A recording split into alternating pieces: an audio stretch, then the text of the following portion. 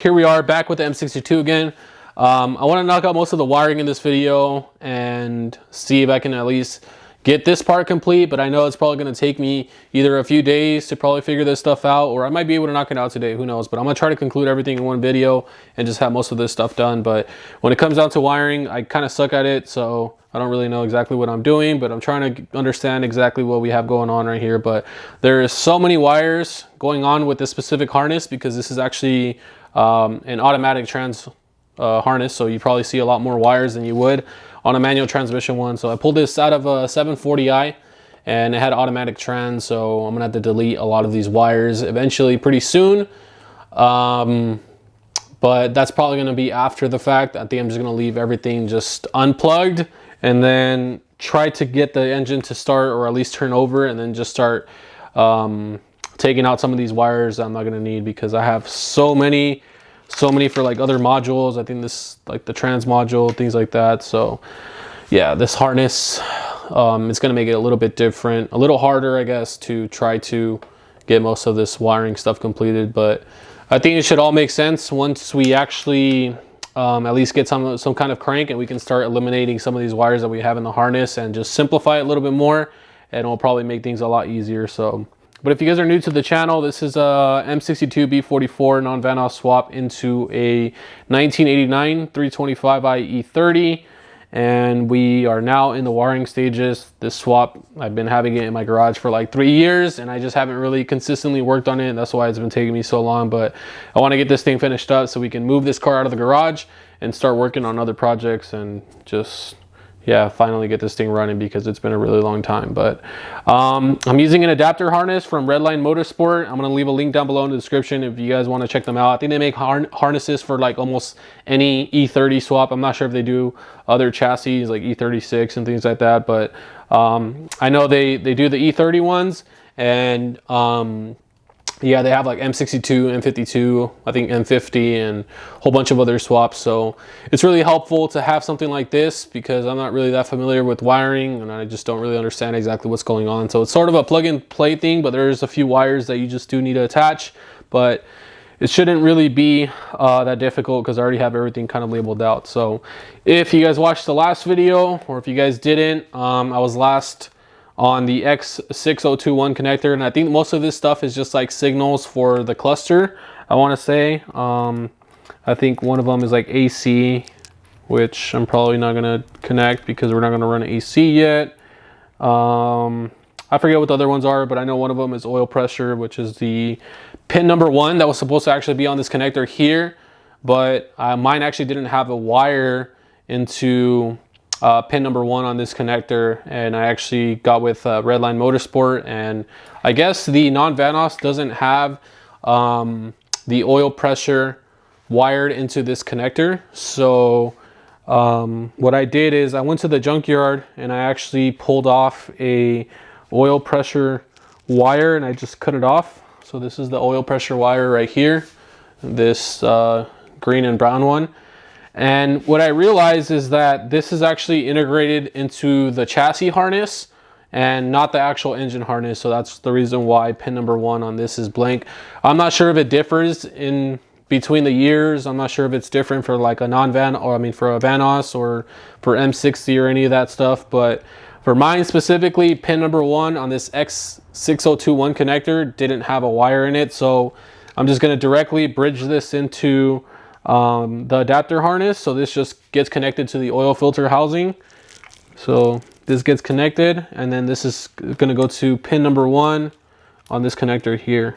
So this right here is pin number 1 from the adapter harness, which goes to the oil pressure sensor, and this just gets clamped in here. And then obviously later down the road, once you actually have this all done and sorted out, you can probably just go in there and bridge all your wires together, solder them, clean everything up. But for right now, we're just going to connect everything like this. So it just has these little clamps, and I think you can just clamp it just like that. That's pin number 1 done. Now I need to go through the rest and adapt these to this X6021 connector. So every individual wire, I have everything labeled. There's only a few. So I have pin 17, pin 6, pin 24, pin 2, pin 12, pin 7. So not that many wires that need to go into this, but I labeled every single one of them just in case, whatever. I highly suggest going through this connector and testing for continuity from the wire to each little slot right here, so you know exactly which pin is which. It's labeled on here. On the top corner is pin 1, the last one's 13, the first one on the bottom is 14, and the last one is 26. So you can just test them individually and find out which wire is which if you guys are unfamiliar with that process. I kind of explained it in my last video, and you can do that, but I would suggest doing it because I think it might just vary throughout the harnesses, and it might be a little bit different, so you don't want to tap into like the wrong wire, and then I don't know what else could probably happen, but you probably just won't get the correct signal from that wire, whatever. But probably just gonna fast forward all this stuff because it's probably gonna take me a while to find all the pins. So I'm gonna go through this and bridge all these wires together.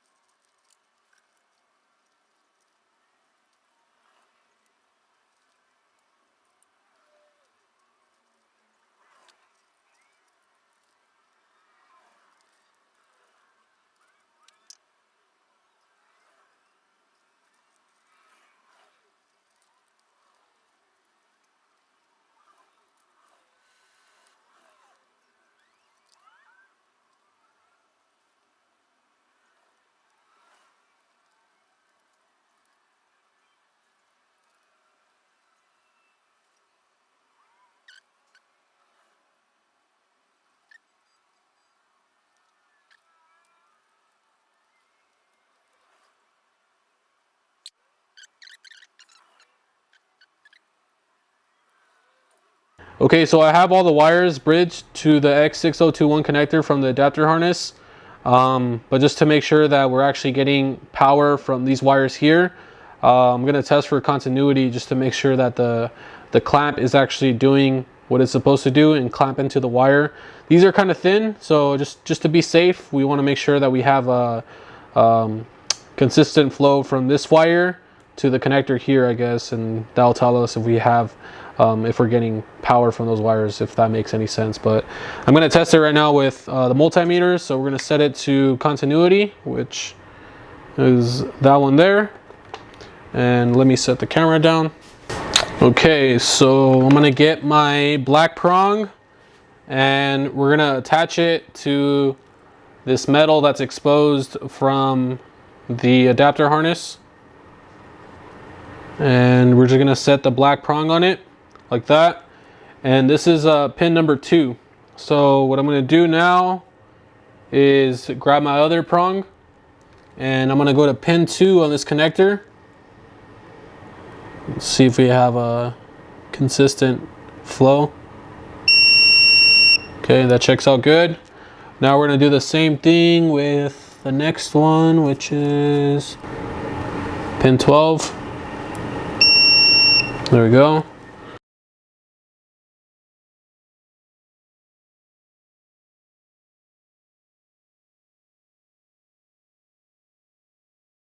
My coolant temperature sensor is plugged in the back right here. This is coming from the adapter harness. I'm using a M60 B30 coolant crossover pipe. If you use this, you can actually remove one of the sensors from the back right here and plug in an original coolant temperature sensor from an E30. So that's what I did. You can see I have a brand new sensor right there. All right, so I think I was moving all the wiring this way. Throughout that time, I was trying to find out where my power supply was coming from the harness, and I realized that it doesn't really have a main supply wire on the harness itself. It's actually this cable right here, and this cable runs from the starter to the alternator, and it should also connect to your main power supply line, or your power distribution, which on the E30 it's right here, but on the E38 where I pulled this engine from, the cable actually runs underneath the car and it merges with another cable bolted on. And then I realized that I actually ripped this cable when I pulled it and I didn't unbolt it. So I went to the junkyard and I had to pick this up. So this is the whole power supply cable. This side right here, this one goes to the starter, and then this connects to the main wire that runs underneath the E38, which comes from the battery, and it's too short. So this one should essentially connect to the power distribution on the E30, which is on the battery tray. But since this connects to the starter, it's going to be really short. So I grabbed this other wire that I found at the junkyard, and I grabbed the bolt to extend it. So hopefully this is long enough to run to the power distribution. This one goes to the starter, and then this one goes to the alternator. I'm gonna get the cable in there, and I'll show you guys once it's all done. The wiring is done. I have this power wire. I think there's one that powers the DME, and I'm not sure if it's this one, but I just went ahead and added it to power distribution. I also have the two that come from the fuse box, factory E30 fuse box, and then I have the one that I just installed right here, the main power supply. Runs to the starter, from the starter goes to the back of the alternator. The fuel lines, if I'm right, the return is on the passenger side and the supply is on the driver's side. All right, DME is out. This is the old one. Let's get the new one in. Bro, I'm so nervous. Like, what if it actually starts, man? This is gonna be crazy. It's been such a long time since I've been working on this project that it just doesn't even feel real anymore. Like, it just feels like this car doesn't exist because it hasn't turned on. I haven't driven it since I took out the M20, which was like, I think almost 3 years ago. I think I bought this car in 2019, I want to say, or 2018. I don't even remember, but it's been a really long time. All right, DME is in. I guess I'll add the oil filter since we're already up here. Okay. I got this oil from AutoZone right now, since it's like the only auto parts store that's open till 12 a.m. And I got this STP brand. Honestly, I think this is like the bottom line oil that you can get. Nah, I think there's worse. You can get like gas station oil, but it's not my preference to run on these cars, or I've never really heard anything bad about it, but I also haven't heard anything good about it, or maybe I just haven't looked into it. But I usually go with like Mobile One or Liqui Moly. I've been using a lot of Liqui Moly. As an urgency to start this, we'll use this oil, and then we'll change it later on.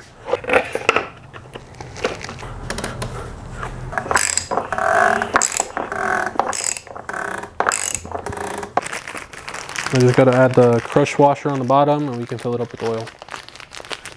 Man, as I get closer to starting the car, I honestly don't know if it's gonna start. I'm kind of like doubting some of my work because, dude, I did so many things to this car. I basically not rebuilt the whole engine because I didn't take off the heads and resurface them or anything. But I did a lot of maintenance. I replaced the timing guides and all that stuff. And when it comes down to jobs like that, I get kind of anxious and I don't know if I did them right, but I feel like everything went right. So hopefully all the mechanical stuff on the engine is good, but there could be like so many possibilities as to why it doesn't start. It could be like the wiring, it could be like a bad DME, a bad ground, or maybe the fuel pump went on this car since it's been sitting for such a long time. All right, I'm gonna try to start it for the first time ever now. Battery's on. The car has power. Bro, I honestly don't know what key is for this car. It might be this one. I think it's this one. Oh. Oh my God. All right. Nothing.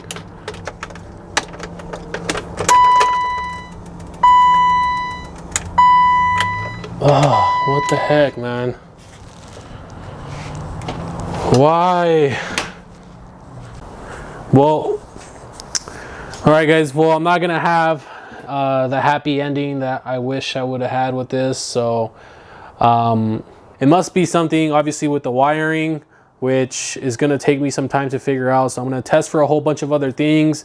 I'm going to message some people and just do some research online as to why this thing probably just doesn't start. But hopefully by the next video, we'll have some better news. Hopefully we'll at least have some crank or some kind of signal to the engine that it wants to start. But I really wish I would have been able to get this thing somewhat going, but we're just gonna close it off like this and just keep going with the diagnostics and see exactly what we can figure out. So just stay tuned for the next video. Like I said, hopefully by then we'll already have it figured out, and we'll try to have like a first crank and all that stuff. So I'll see you guys in the next video. Hopefully we'll have this thing going by then, man.